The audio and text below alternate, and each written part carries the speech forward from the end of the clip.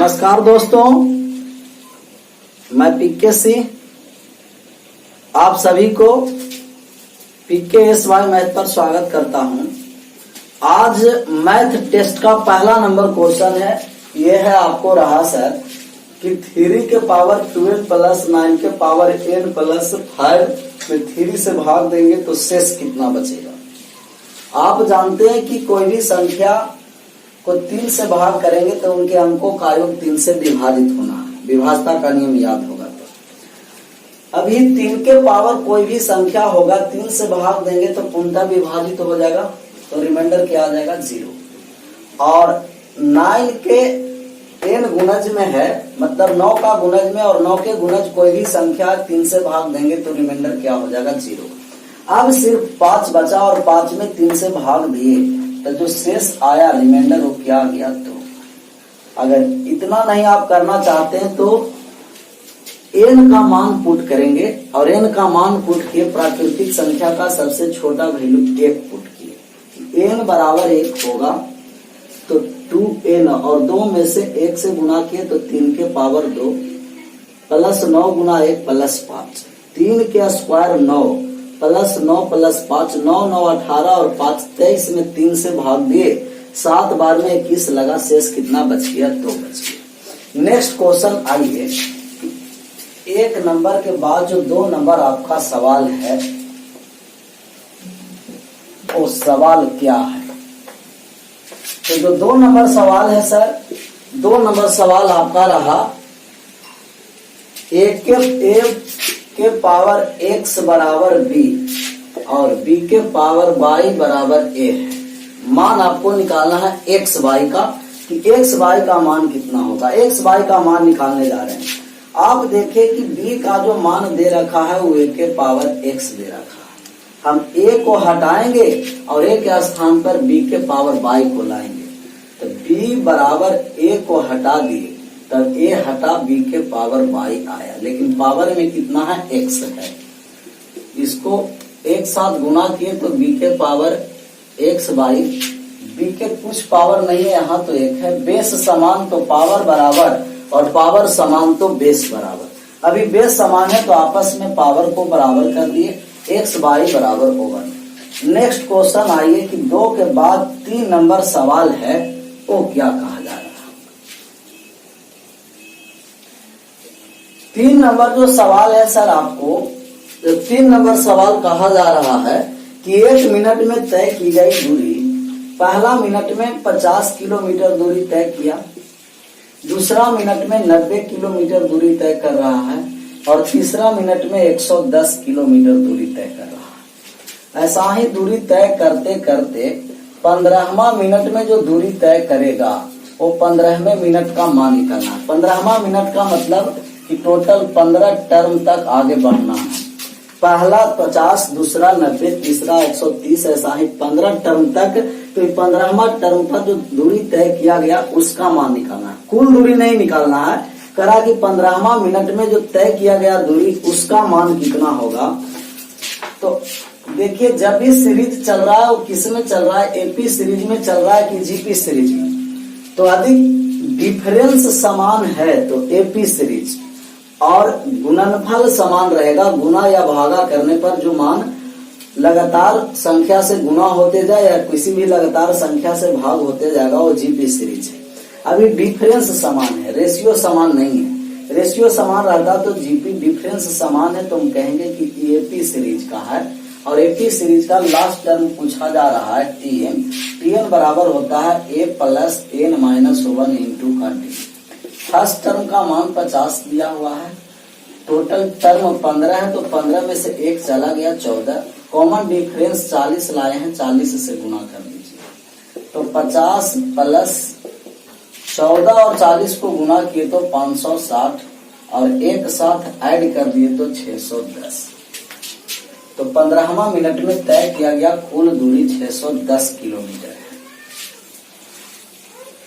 Next question पर आइए, 3 के बाद 4 नंबर सवाल।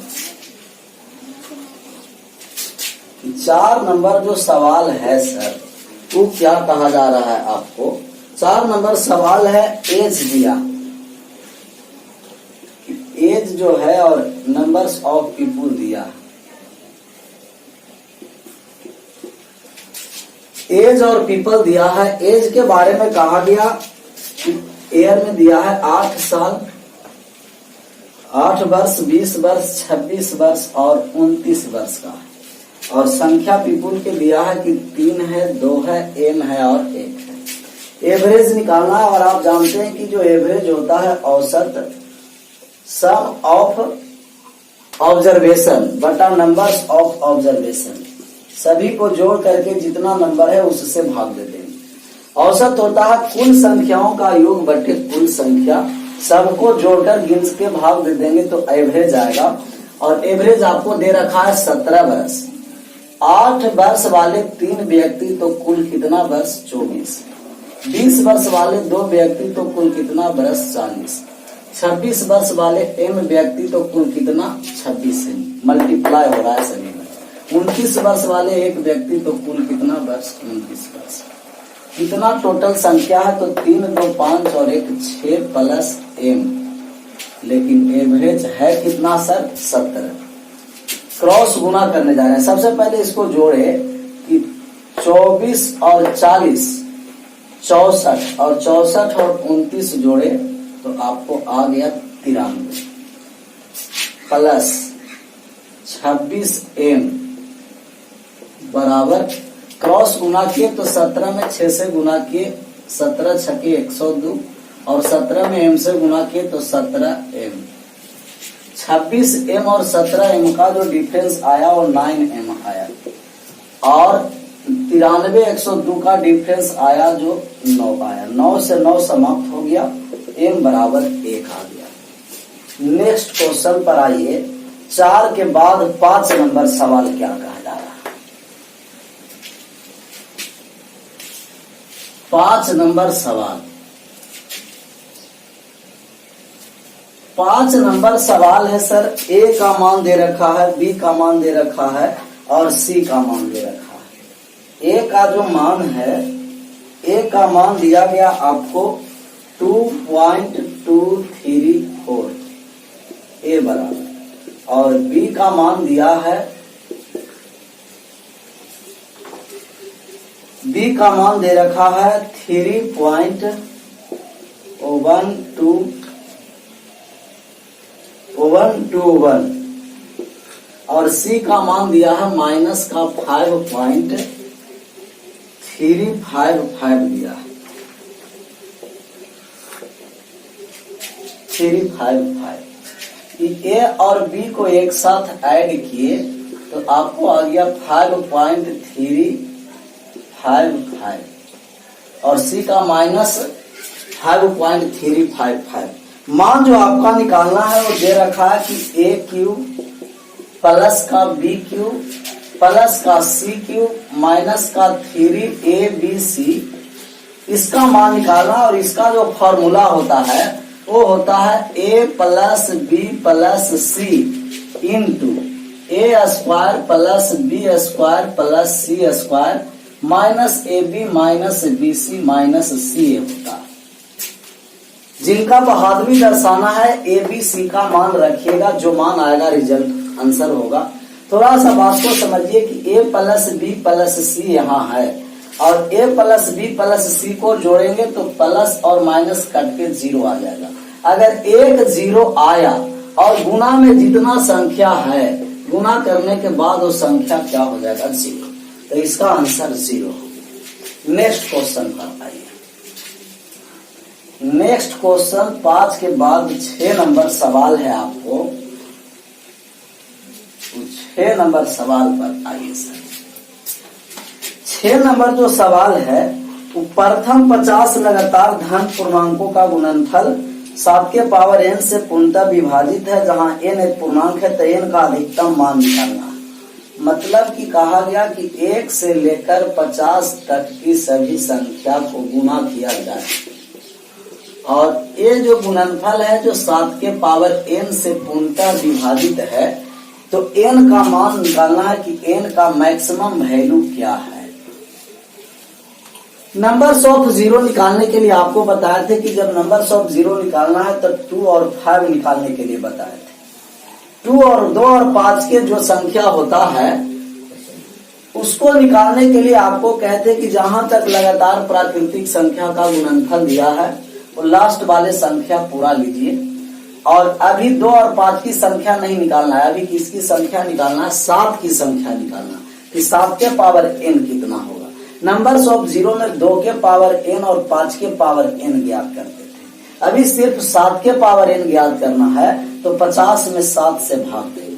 50 में 7 से भाग दिए तो 7 बार में लगा और भाग लगेगा तो 7 में 7 से भाग दिए 1 बार भाग लगा। इतना बार भाग देना है कि जब तक भाग लगता रहे। अब नहीं भाग लगेगा 1 में 7 से तो ऐड कर दिए 7 और 1 8। तो कुल नंबर्स ऑफ टर्म n का जो मान आया वो 8 है। 7 के पावर 8 से पूर्णतः विभाजित है। नेक्स्ट क्वेश्चन आइए, क्वेश्चन नंबर 6 था सर, 9 नहीं था, 6 था। 7 नंबर क्वेश्चन पर आइए कि 7 नंबर क्वेश्चन क्या कहा।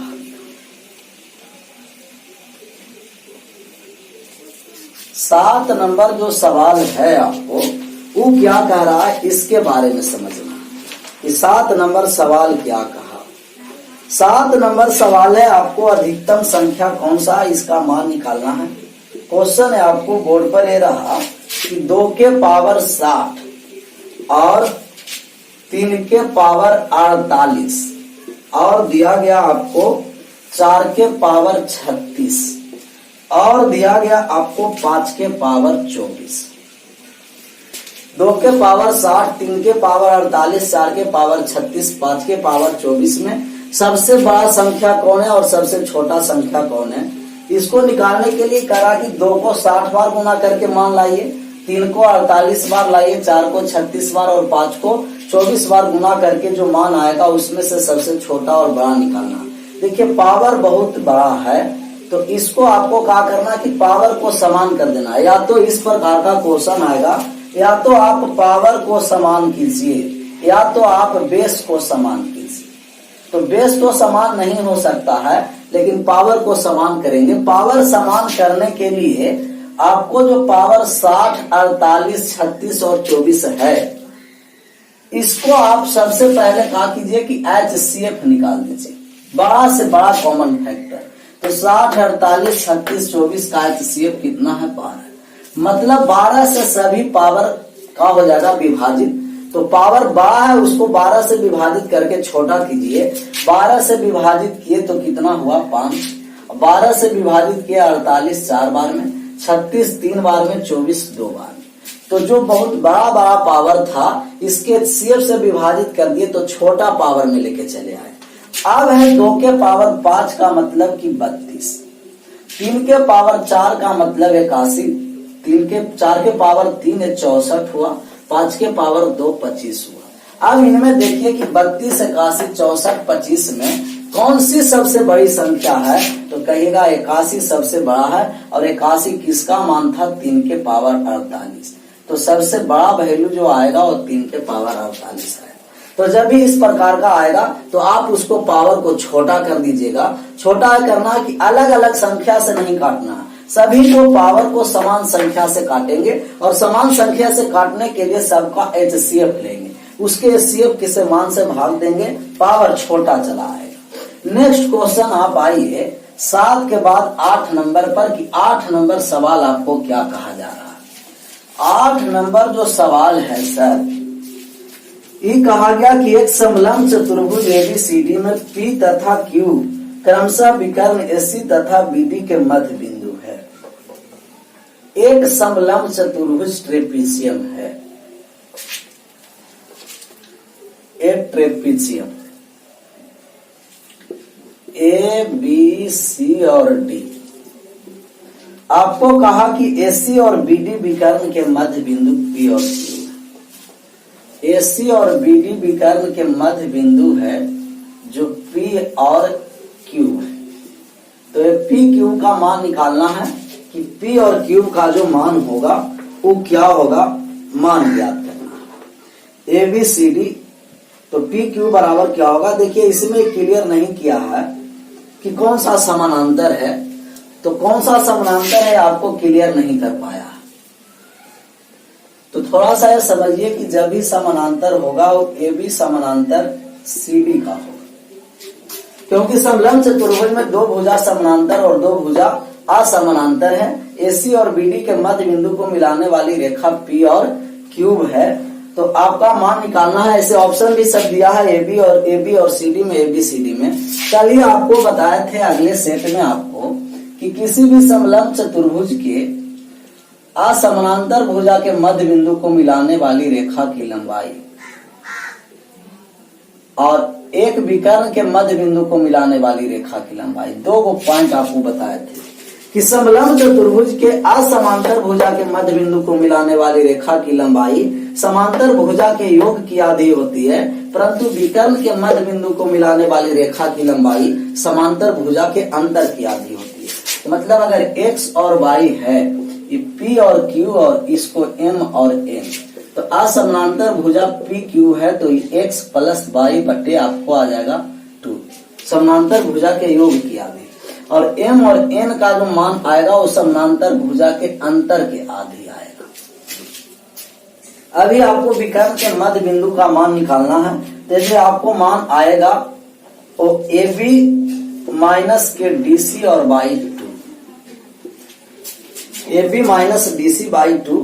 इसमें कौन सा भुजा बड़ा कौन सा छोटा ये क्लियर नहीं किया है। अभी फिलहाल आपको ऑप्शन नंबर डी होगा। ये कह रखा है कि AB माइनस DC बाई 2, तो AB बड़ा भुजा हो जाएगा और DC छोटा हो जाएगा। मोड इसलिए लगाते हैं कि यदि कोई भी भुजा बड़ा और में से छोटा घटा दिए तो प्लस आएगा, लेकिन छोटा में से बड़ा घटाए तो माइनस। मोड है जो नेगेटिव को पॉजिटिव करने के लिए आता है। तो AB माइनस DC बाई 2 आया। नेक्स्ट क्वेश्चन है, ये दोनों थ्योरी आपको याद रखना है। क्या समानांतर भुजा के मध्य बिंदु को मिलाने वाली रेखा की लंबाई क्या होगा, और समानांतर भुजा के योग की आधी होती है। विकर्ण के मध्य बिंदु मिलाने वाली रेखा की लंबाई समानांतर भुजा के अंतर की आधी होती है। नेक्स्ट जो आपका क्वेश्चन है वो आपको ये रहा सर 9 नंबर क्वेश्चन।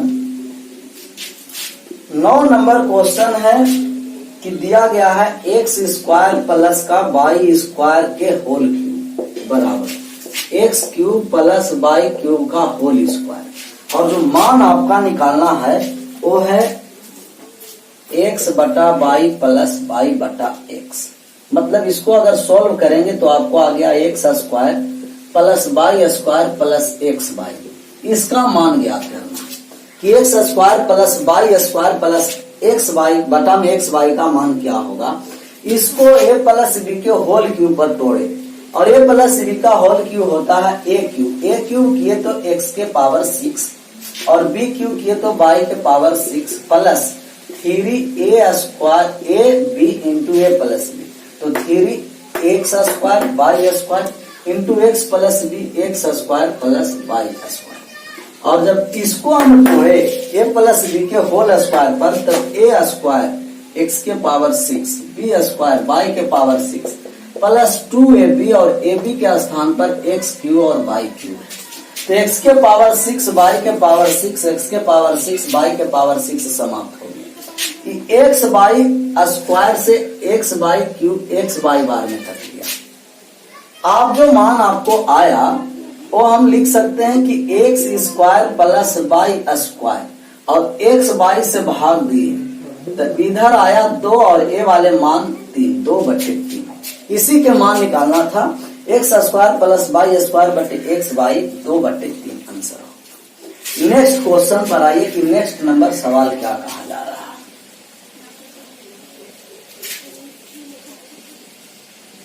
9 के बाद 10 नंबर। 10 नंबर जो सवाल कहा सर, वो आपको बोला गया 10 नंबर सवाल कि चाय के मूल्य में 25% वृद्धि होने के कारण, चाय के मूल्य में कितना प्रतिशत, माने कि पहले जो चाय का मूल्य था वो 100 था, 25% वृद्धि हुआ तो 125 होने के कारण एक परिवार खपत इस प्रकार कम करता है कि खर्च पहले से केवल 20% ही बढ़े। यदि पहले चाय की खपत 25 किलोग्राम प्रति महीना था तो नई खपत क्या होगा। तो 25% चीनी का मूल्य में वृद्धि हुआ तो 125। इस तरीका से खपत करना चाह रहा है कि पहले से 20% खर्च बढ़ेगा तब 120। अब कहीं बताइए कि जो चाय पर खर्च 125 रुपया हो रहा था नहीं, जो खर्च 125 रुपया होना था वो खर्च अब कितना हो गया 120 रुपया। तो कितना खर्च में कमी आया तो कहेगा कि 5। कितना पर कमी आया 125 पर। इनका जो कमी दर्शाया 1/25, मतलब 25 पर 1 कमी आया, तो कमी होकर मान आया 24/25। पहले अनुपात में 25 खर्च कर रहा था लेकिन केजी में 25 केजी, तो अब वर्तमान में अनुपात में 24 खर्च होगा तो 24 बराबर 24 केजी। तो वर्तमान में 24 केजी, क्योंकि 25 केजी मान दे रखा था तो पहले का खर्च 25 था, 25 का मान 25, आपका खर्च अनुपात में 24, 24 का मान 24। फिर से बात को समझिए, 25% वृद्धि दाम में हुआ लेकिन खर्च में कितना वृद्धि कर रहा था 20। 5 कमी हुआ 125 पर 1/25। 25 खर्च कर रहा था उसमें 1 की कमी आया, मतलब कि 25 पहले खर्च हो रहा था, 1 कमी होकर अब 24 खर्च हुआ, तो 24 केजी का अब खर्च है। नेक्स्ट क्वेश्चन पर आइए। जो नेक्स्ट नंबर क्वेश्चन 10 के बाद 11 नंबर है, 11 नंबर सवाल पर आ गए। 11 नंबर सवाल आपको क्या कहा जा रहा है?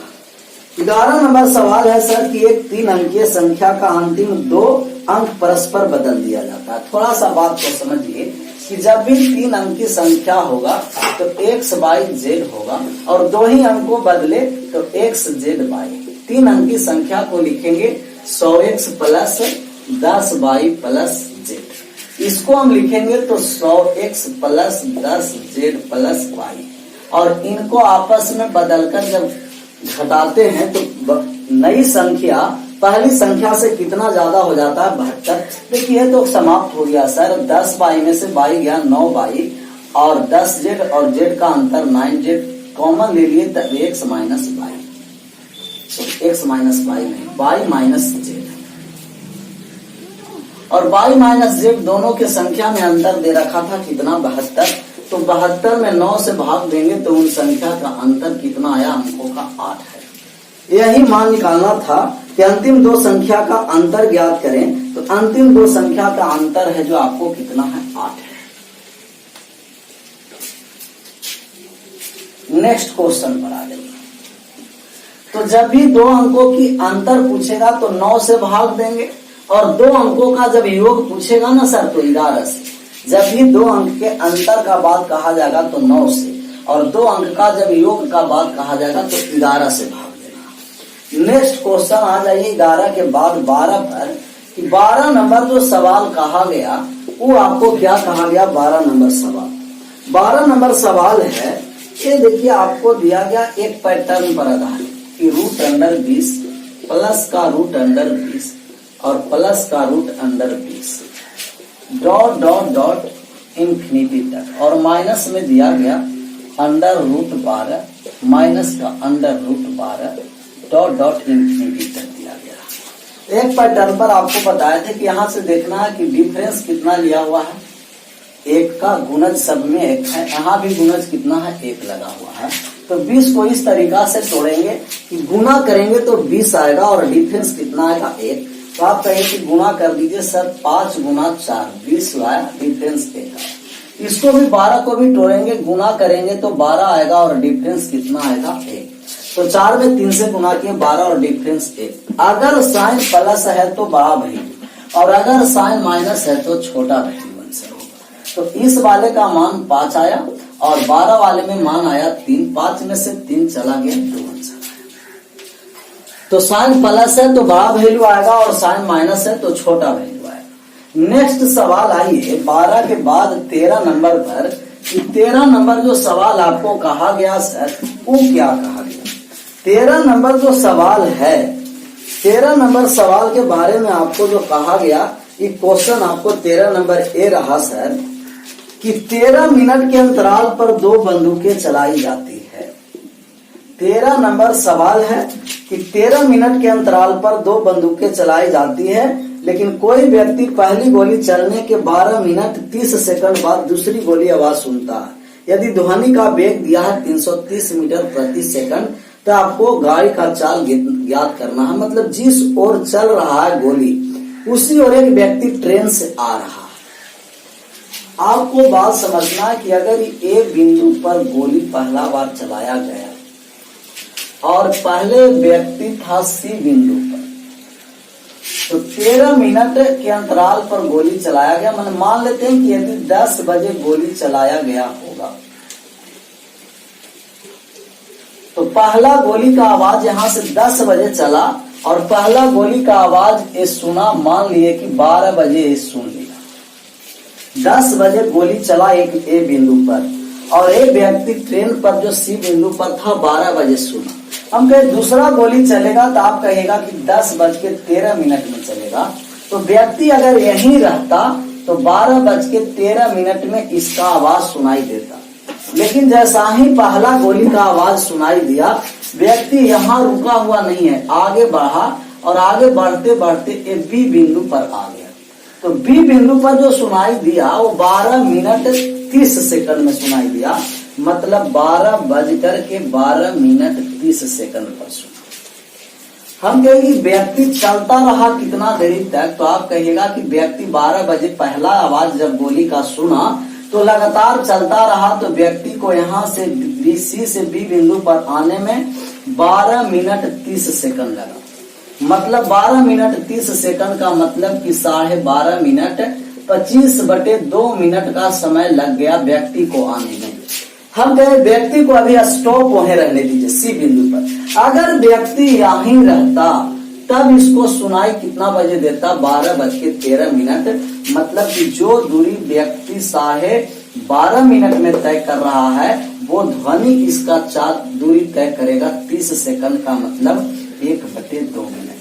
फिर से थोड़ा सा बात को समझना है कि जो डिस्टेंस ट्रेन के द्वारा व्यक्ति तय कर रहा है 12 मिनट 30 सेकंड में, वही दूरी ध्वनि जो तय कर रहा है गोली वाले आवाज, वो कर रहा है मात्र 30 सेकंड में। क्योंकि 12:30 में यहाँ था और 12:13 में जो यहाँ आएगा 30 सेकंड। डिस्टेंस समान है तो वेलोसिटी का उल्टा टाइम और टाइम का उल्टा वेलोसिटी होता है। तो हम कहेंगे कि ट्रेन और साउंड का जो समय लगा, तो ट्रेन का समय लग रहा है 25/2 और साउंड का समय लग रहा है 1/2 मिनट। ये टाइम का रेशियो है। जैसा ही उल्टा करेंगे वेलोसिटी आ जाएगा 1:25 और 25 का मान दे रखा है 330 मीटर प्रति सेकंड। एक का मान निकालेंगे तो आप कहिएगा 330/25 मतलब 66/5 मीटर प्रति सेकंड।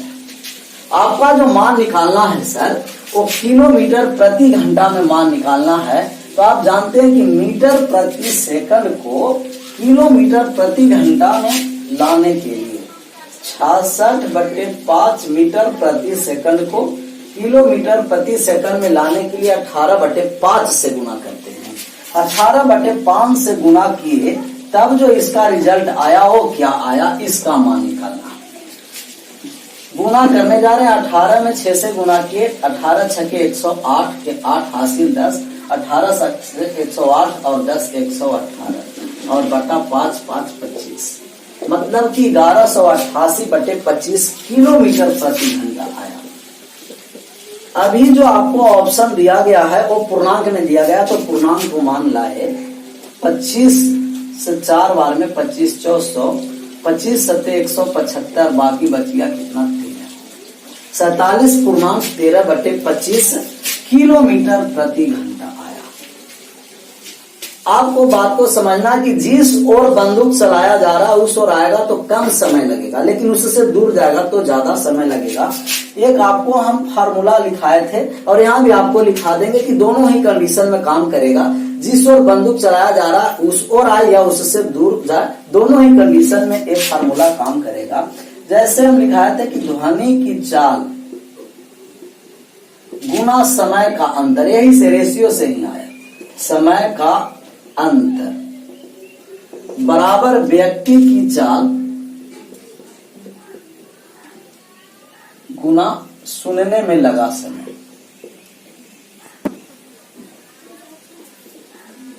तो ध्वनि की चाल गुना समय का अंतर बराबर व्यक्ति की चाल गुना सुनने में लगा समय।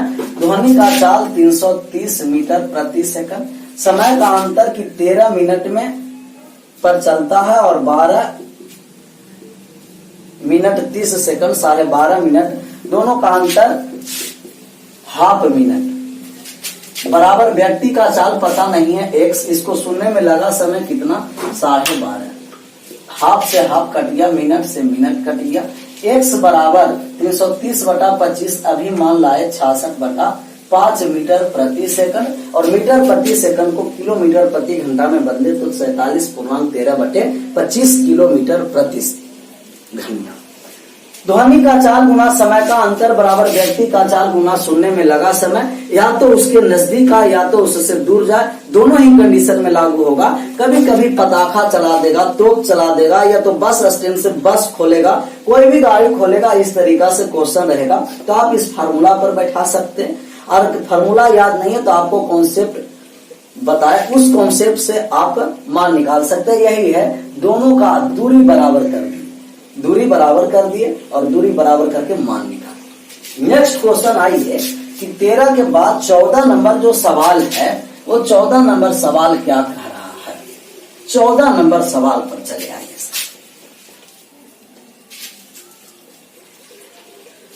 14 नंबर सवाल ए रहा हो,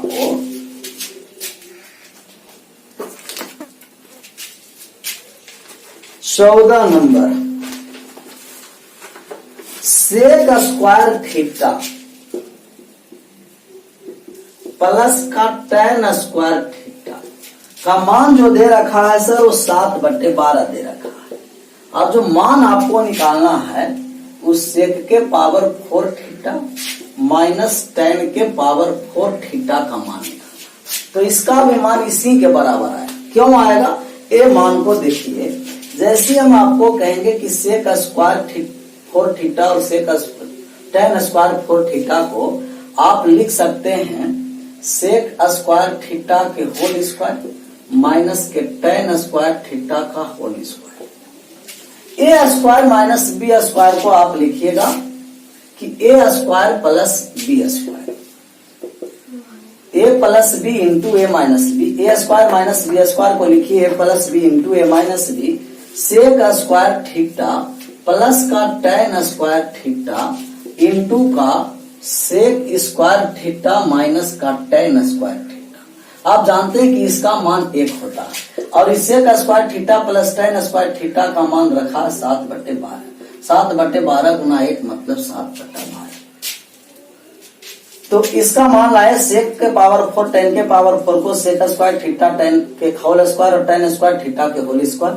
ए स्क्वायर माइनस बी स्क्वायर एक बार योग एक बार अंतर किए, इसका मान दे रखा था 7/12 और sec square theta minus tan square theta का मान 1 होता है। मतलब कि जो मान रिजल्ट था वही रिजल्ट आया। नेक्स्ट क्वेश्चन पर आइए। नेक्स्ट सवाल जो आपको कहा गया, क्या कहा गया सर? 14 के बाद 15 नंबर सवाल पर आइए। 15 नंबर जो सवाल आपको बोला जा रहा है, यह कहा जा रहा है कि वह न्यूनतम संख्या के अंकों का योग क्या होगा जिससे 1856 से घटाने पर तथा 7, 12, 16 से भाग देने पर प्रत्येक दिशा में 4 शेष बचता है। 7 से भाग दीजिए, 12 से भाग दीजिए या 16 से भाग दीजिए तो प्रत्येक दशा में जो शेष बचेगा वो 4 शेष बचेगा। सबसे पहला तरीका आपको है कि 7, 12, 16 का एलसीएम लेंगे। तो एलसीएम लेने के लिए सबसे बड़ा संख्या सपोज कीजिएगा कि अगर एलसीएम 16 होता तो 16 क्यों होता? क्योंकि 16 7 से विभाजित नहीं हो रहा, तब विभाजित होगा कि इसमें एक 7 शामिल कर देंगे। तो क्या 12 से विभाजित हो रहा है? तो आप कहेगा कि नहीं। क्यों? क्योंकि 12 में 4 है और 3 है, 16 में सिर्फ 4 है। अगर 1 3 और आ जाएगा विभाजित हो जाएगा। तो 16, 7 और 3 गुना किए 21 और 21 में 16 से गुना कीजिए कि 16 गुना का 21, 16 एकम 16 का 6 और 16 दुना 32 और 32 और 1 33, 336। एलसीएम इसका 336 आया। 336 जो एलसीएम आया सर 1856 में भाग देना पड़ेगा। करा कि 1856 में कौन सी संख्या को घटाएं कि उनका 7, 12, 16 से भाग देने पर 4 शेष बचेगा। और उस संख्या नहीं पूछा जा रहा, उस संख्या के अंकों का योग पूछा जा रहा है, कोई बात नहीं। तो 1856 में भाग दिए तो 5 बार में लगाए, 5 बार में, ठीक है 5 बार में लग जाएगा। 6 5 का 30, 5 तिया 15 और 3 18, 5 तिया 15 और 1 16, ये 6 आया। एक दाया 10, 15 में से 8 गया 7 और ये आपको आ गया 1, मतलब 176 घटा देंगे। 1856 में से 176 को घटा देंगे सर तो पूर्णतः विभाजित हो जाएगा। क्या हो जाएगा? पूर्णतः विभाजित हो जाएगा। लेकिन आपको क्या करना है कि 4 शेष रखना है, तो 4 कम घटाएंगे। जैसा ही 4 कम घटाए तब आपका जो मान आया 172, और ये 172 है जो अंकों का योग पूछा जा रहा है। तो 7 2 9 और 1 10, अंकों का योग 10 है। तो कौन सी छोटी से छोटी संख्या घटाया जाए? तो आप कहिएगा कि वह जो घटाए जाने वाला 172 है, लेकिन वो कौन सा संख्या है? तो आप कहिएगा वो संख्या है जो 10, अंकों का योग 10 है, अंकों का योग 10 है। नेक्स्ट नंबर क्वेश्चन पर आइए।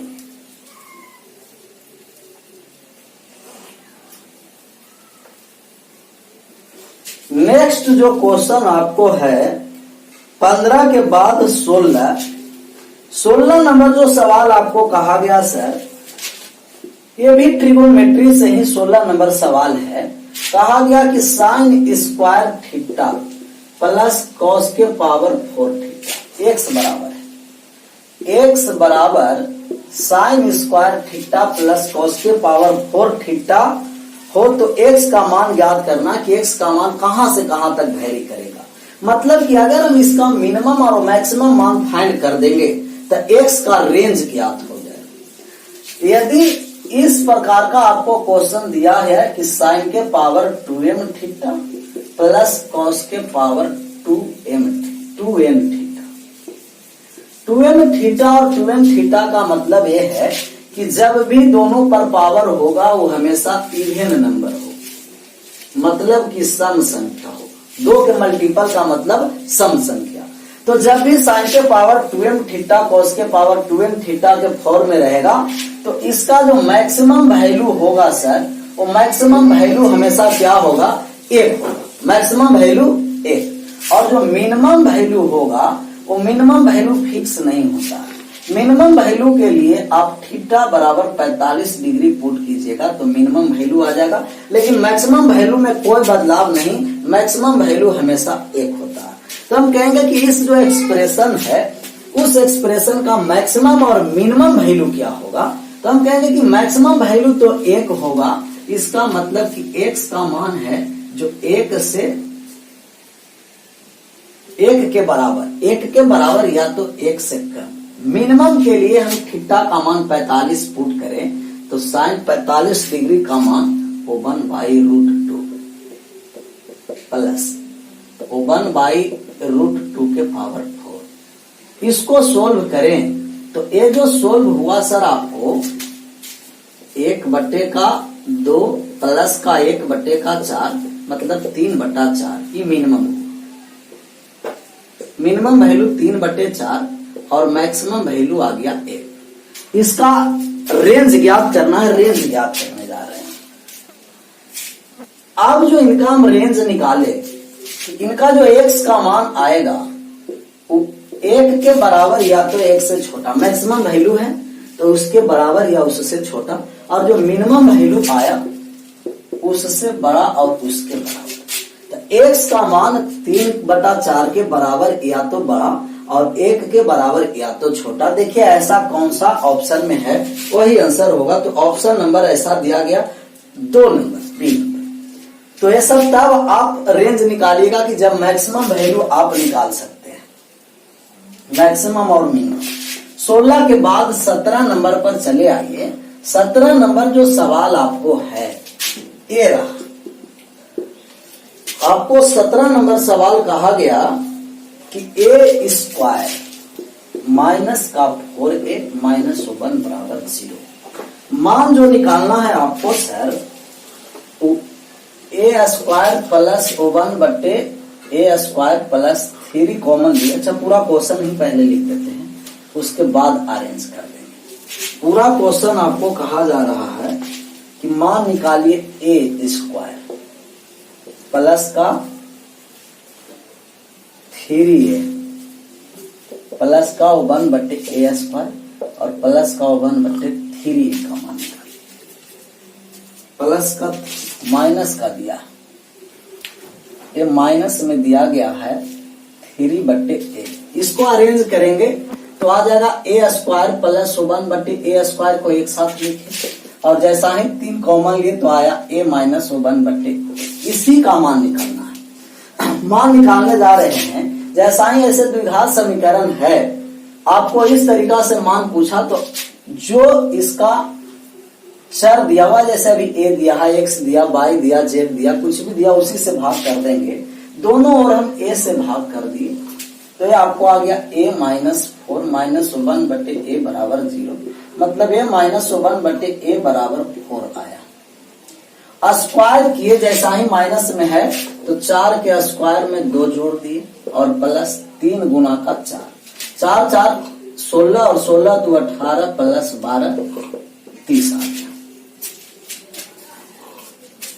नेक्स्ट क्वेश्चन पर आइए। 17 के बाद 18 नंबर सवाल क्या कहा जा रहा है? जो 18 नंबर सवाल है सर, ये बोला गया आपको 18 नंबर कि किसी समकोणीय पिरामिड का आधार एक 4 सेंटीमीटर भुजा वाले समबाहु त्रिभुज है। यदि प्रत्येक तिरछा किनारा की लंबाई 5 सेंटीमीटर है तो पिरामिड का आयतन ज्ञात करना है कि पिरामिड का आयतन कितना हो। सबसे पहले पिरामिड के बारे में समझिए। पिरामिड अर्थात शंकु। शंकु भी एक पॉइंट पर जाकर के मिलता है तो पिरामिड भी एक पॉइंट पर मिलता है। प्रिज्म अर्थात बेलन। प्रिज्म और बेलन ऊपर और नीचे का आधार प्रिज्म में भी बराबर और बेलन में भी बराबर होता है। तो अगर एक त्रिभुजाकार है पिरामिड, थोड़ा सा बात को समझते रहना, और ये आपको पिरामिड हो गया। थोड़ा सा और बड़ा आकृति बनाते हैं जिससे समझने में और आसान होगा। 3D है तो 3D थोड़ा सा समझते रहना।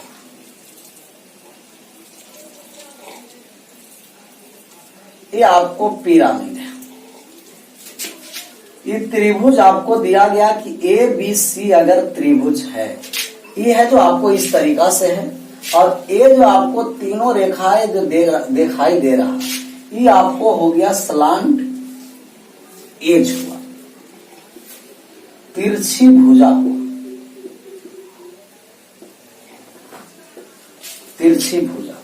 और ए वाले जो आपको दिखाई दिया, मिडिल में जो आया त्रिभुज के मिडिल से, ये आपको ऊंचाई हो गया, और इस शीर्ष से यदि भुजा पर हम लंब डालें इस पर, ये आपको तिरछी ऊंचाई हो गया। तो इसमें 3 वो पॉइंट है, तीनों पॉइंट को ध्यान रखना है। जो आपको तीनों शीर्ष से एक पॉइंट पर मिला वो तिरछी भुजा है, और यहाँ जो पॉइंट पर मिला उससे यदि भुजा पर लंब डाल देंगे वो तिरछी ऊंचाई है, और त्रिभुज के मिडिल में जो रेखा खींचा गया है तल में, ये आपको ऊंचाई है। आप जानते हैं कि स्लांट हाइट मतलब तिरछी ऊंचाई बराबर होता है √h² प्लस r²। लेकिन स्लांट एज का मतलब कि तिरछी भुजा। अगर तिरछी भुजा निकालना है तो भी आपको यही आया h² प्लस r²। इन दोनों फार्मूला को आपको याद रखना है। 3D में पिरामिड। ये पिरामिड में आपको कह रहा है कि ये स्लांट हाइट है, तिरछी ऊंचाई, और ये स्लांट एज है, तिरछी भुजा। तो तिरछी ऊंचाई l बराबर h² प्लस r², और तिरछी भुजा बराबर होता है h² प्लस r²। यहाँ देखिए स्मॉल r लिखे हैं, यहाँ देखिए कैपिटल R लिखे हैं। यहाँ का मतलब कि अंतःवृत्त के त्रिज्या है। अंतःवृत्त के त्रिज्या, अंतःवृत्त के त्रिज्या के मतलब कि भुजा से केंद्र के बीच की दूरी बराबर। और यहाँ देखिए जो हम लिखे वो परिवृत्त के त्रिज्या लिखे। और परिवृत्त के त्रिज्या जो होगा उस केंद्र से शीर्षों के बीच की दूरी बराबर होगा। तो जैसा ही सलांत हाइट रहेगा तो अंतःवृत्त के त्रिज्या लगाएंगे, और सलांत एज रहेगा तिरछी भुजा तो परिवृत्त के त्रिज्या लगाएंगे।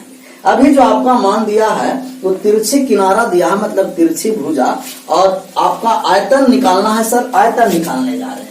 पिरामिड का जो आयतन होता है वो बेस का एरिया में हाइट से गुना कर देंगे और 1/3 उसमें लगाएं। जैसे पिरामिड का आयतन, पिरामिड का जो आयतन होगा 1/3 बेस एरिया इंटू हाइट, मतलब कि आधार का परिमाप,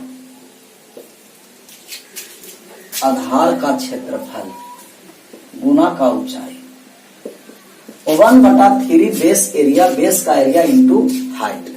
आपको तिरछी भुजा दे रखा है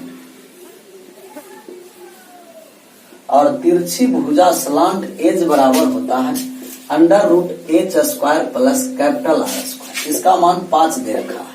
ऊंचाई नहीं दिया है, ऊंचाई का मान निकालना है।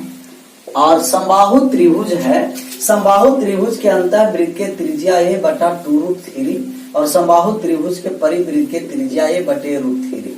समबाहु त्रिभुजाकार है, समबाहु त्रिभुज के भुजा 4 दे रखा है तो 4/√3 हुआ, और 4/√3 के स्क्वायर यहाँ किए तो 16/3 आया। स्क्वायर किए तो आ गया 25, और इसमें 16/3 को घटा दिए तो h²। ये आपको 75 में से 16 चला गया तो 59/3 बराबर h², मतलब h बराबर आपको आ गया √59/√3। तो आपको ऊंचाई निकालने आ गया। ऊंचाई तिरछी भुजा दिया है तो h² प्लस कैपिटल R लेंगे, और अगर स्लांट हाइट दिया है, तिरछी ऊंचाई दिया है तब h² प्लस स्मॉल r लेंगे। अब आपको जो मान निकालना है वो हमको निकालना है क्षेत्रफल। क्षेत्रफल निकालने जा रहे हैं, h का मान निकाल दिए।